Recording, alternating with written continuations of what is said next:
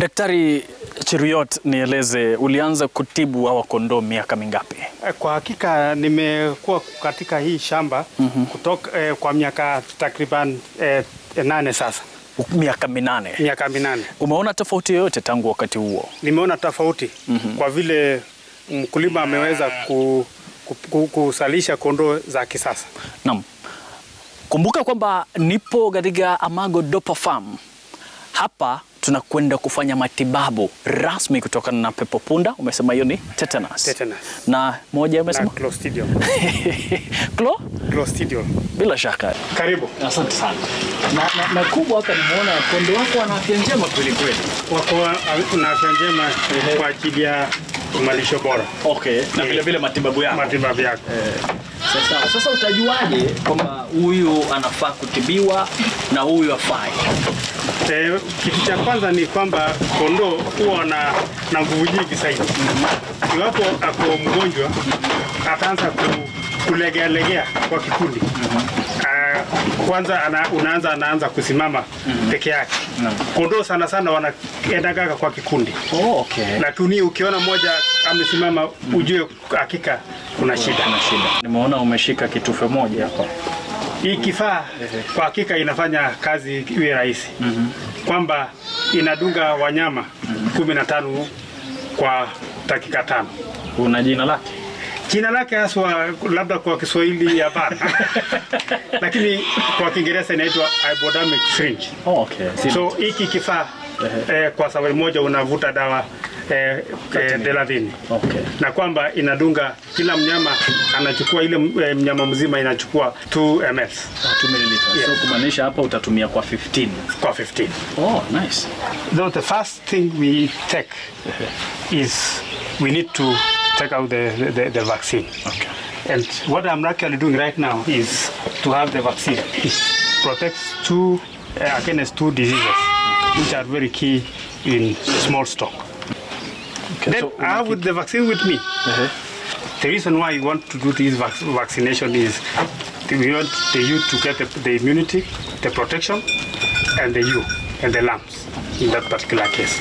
So what we want to do is you want to do the vaccinations 1 month prior to lambing. Kufanya pale moja hivyo. Mimi siwezi jaribu. Utajaribu. Unaweza jaribu?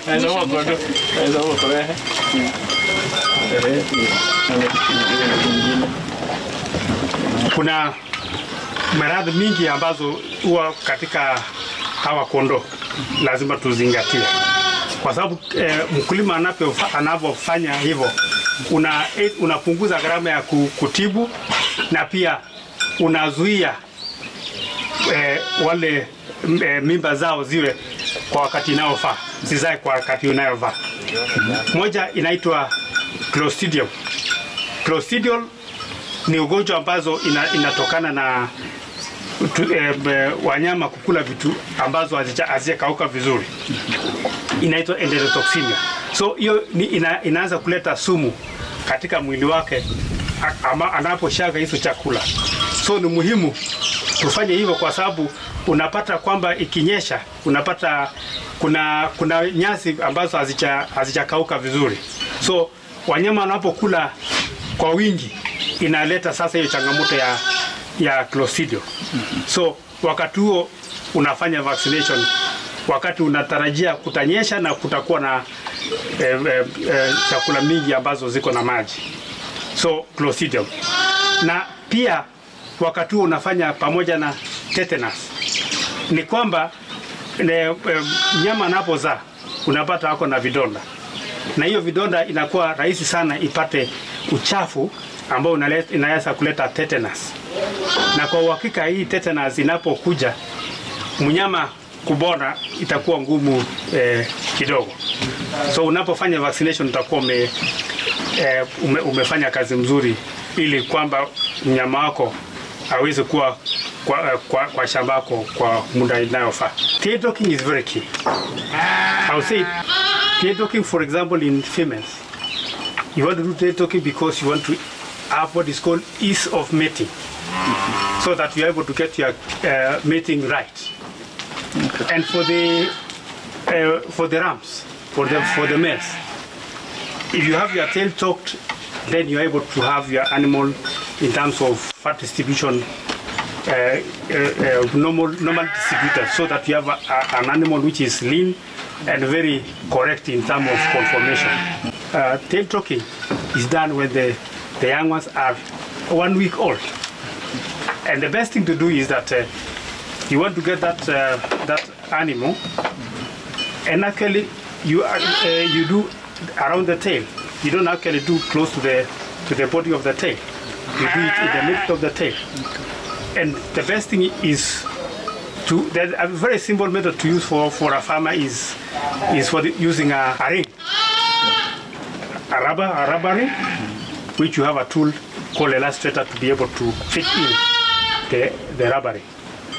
And it is important that you clean the area either with soap and water and put spirit, because you don't want to introduce germs to the wound. Once the rubber ring is fitted to the tail, when it's around 4 days, you can do an alarmizing spray on the wound. The tail should be able to cut off before 2 weeks is gone. Tulichanja na sasa tumekuja kukata mkia na tunaondoka kufanya tagi. Twende sasa. Why is it necessary for us to have what we call animal identification? Animal identification is critical for several reasons, but I'll mention two. The first one is when you are doing vaccinations. It is important that you give the right dose to the right animal, so that you don't overdose the animal, which some vaccines can cause serious side effects. And again, you are doing economics. You don't want to repeat an animal you are vaccinated. Basically, this is a business. You want to reduce your cost of production. The second concept is that identification is good when you are following an animal which has been sick. You want to follow how is the animal doing, and you have a proper record, so that you are able to, for future use, you are able to see which animal has been sick for a while, and maybe you want to cull. Then that will be the first candidate you want to look at in terms of the history of diseases they have been suffering. Naamini umejifunza mengi kutoka kwa kuchanjwa kwa kondoo, kukatwa kwa mkia na kuwapa nambari. Endelea kutazama Kenya's Gold na bila shaka utajifunza mengi.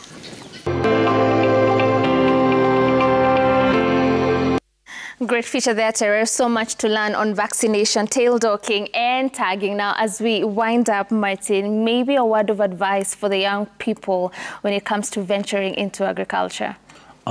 Jambo langu ambayo ningetaka kuambia wale vijana ambao wanajitokeza ama wale ambao wanaenda kutafuta kazi. Kilimo ni biashara na kilimo pia ni kazi. Si lazima uajiriwe ofisini, unaweza anzia mahali fulani. Uanzie kama ni kondoo moja, tumesema kondoo moja, wawili, watatu, hivyo. Na pia ukulima mwingine wa mboga na nyanya ni ukulima pia, na ni ukulima ambao unaweza saidia kijana. Asante sana Martin kwa kuja siku ya leo. Tunashukuru sana. Asante vile vile kwa kufuatilia Kenya's Gold. Jina langu ni Emmanuel Terer. Kumbuka tatimiza ndoto.